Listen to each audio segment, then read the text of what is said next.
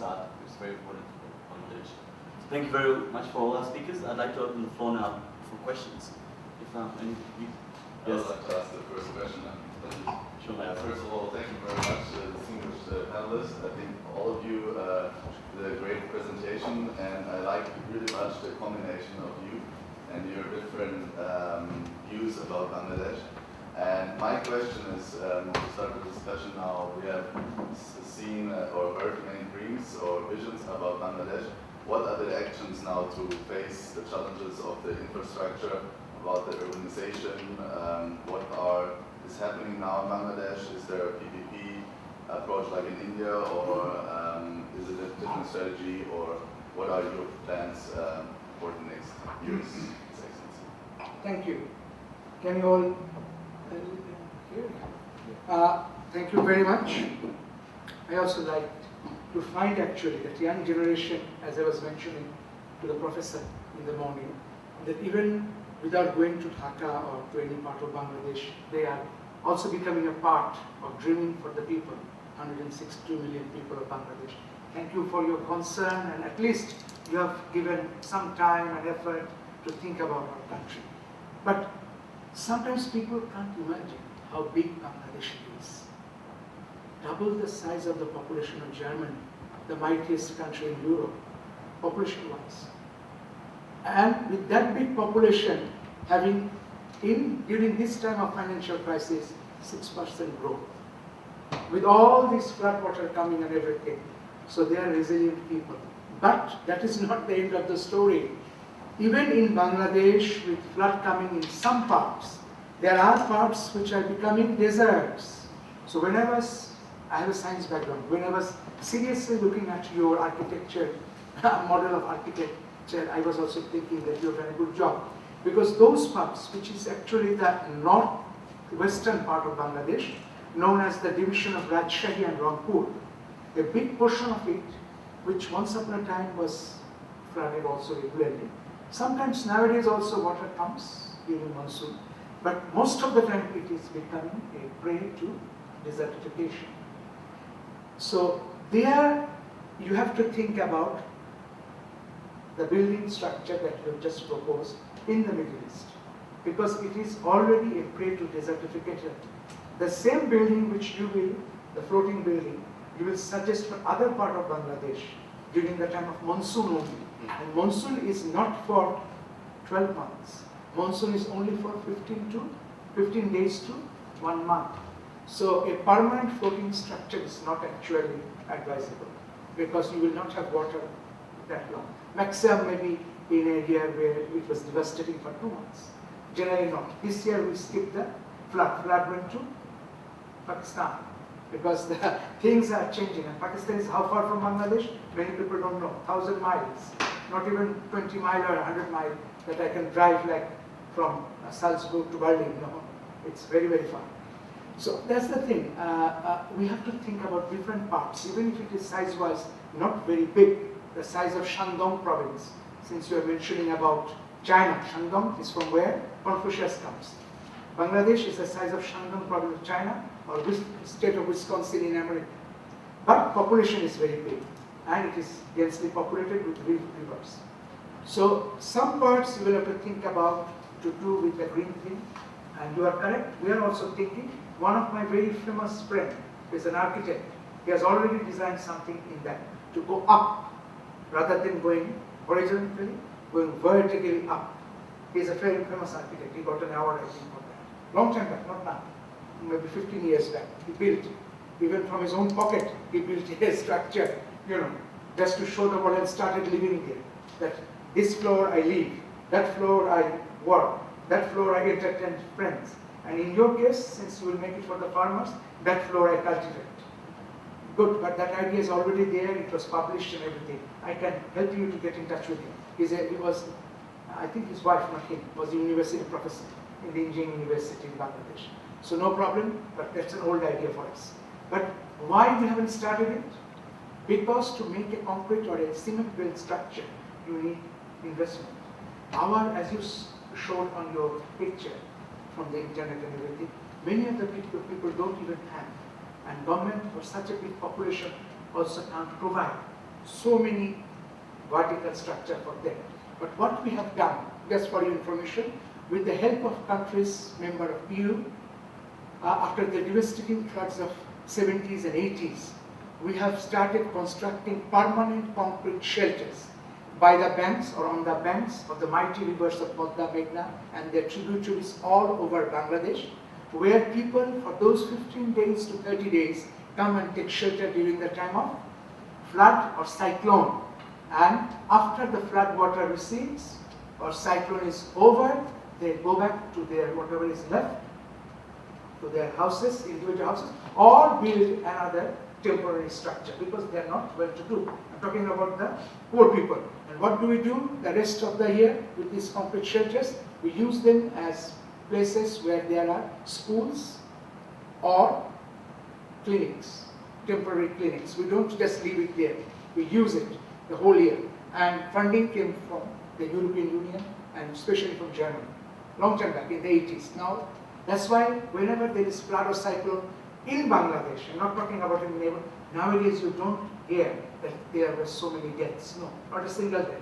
And since it is concrete structure, even helicopters can come and help them with flood relief. But the main thing is, since we're economically doing well, government in future is thinking to help the farmers and other people with very, very small but loans. We are giving loans for cultivation and everything, loans to empower women through small entrepreneurship. But now in future, there will be small loans given to build the structures that you are talking about. Plan is already there for many years, but funds have to be there. This is what.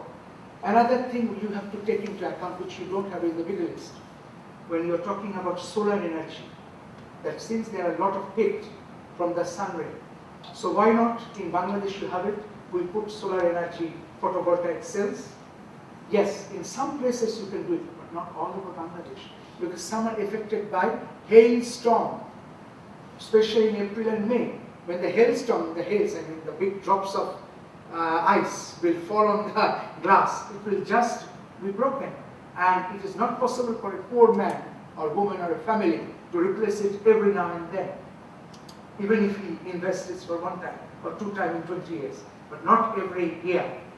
So you have to think about some other form of energy, maybe windmill energy, geothermal energy, where you don't face that challenge, to provide energy to small units of business or a homestead.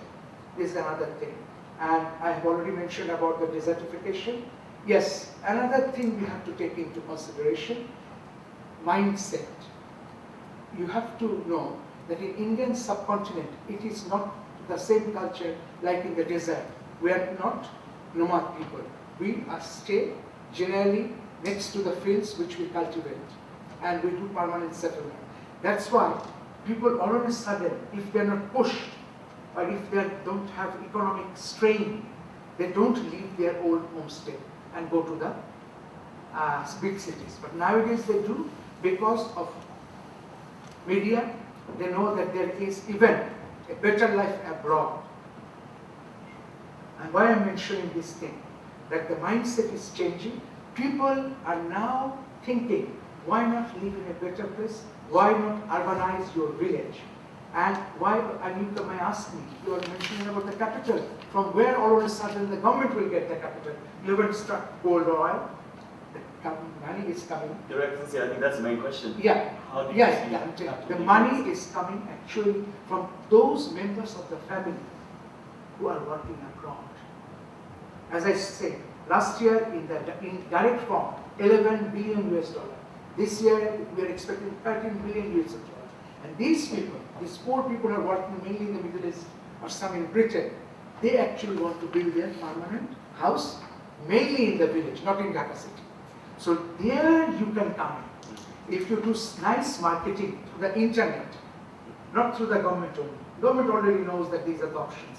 You market, because these people mainly live in Middle East, you can do it in English, you can do it in Britain, you can have your small agents in Bangladesh and other places, that these are the options. When you are building houses, don't go for horizontal one, because you spoil land.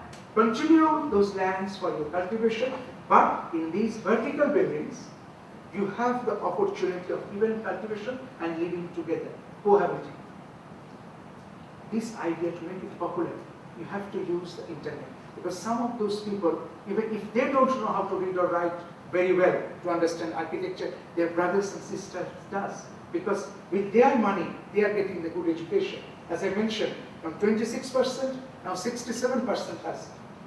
We had only 140 US dollar as our per capita income 10 years back. Now we are 600 plus. So everything is going up. So these people, I'm talking about the average people, but who are working abroad, they have much more. So they can afford, but they don't know these things. Because government has many other things to take care of, as I told you. So if since you are interested and you did a good job actually, just keep in mind there are different regions within small Bangladesh size-wise where the weather or the climate is different. So you can't tell that where you should use windmill energy, use solar energy, because it will be a challenge for hailstorm. So you have to take more, visit Bangladesh, be more attentive about these small things, because just you cross one district to another district, the landscape is different, the weather is different, the mindset of the people are different because of the economic background.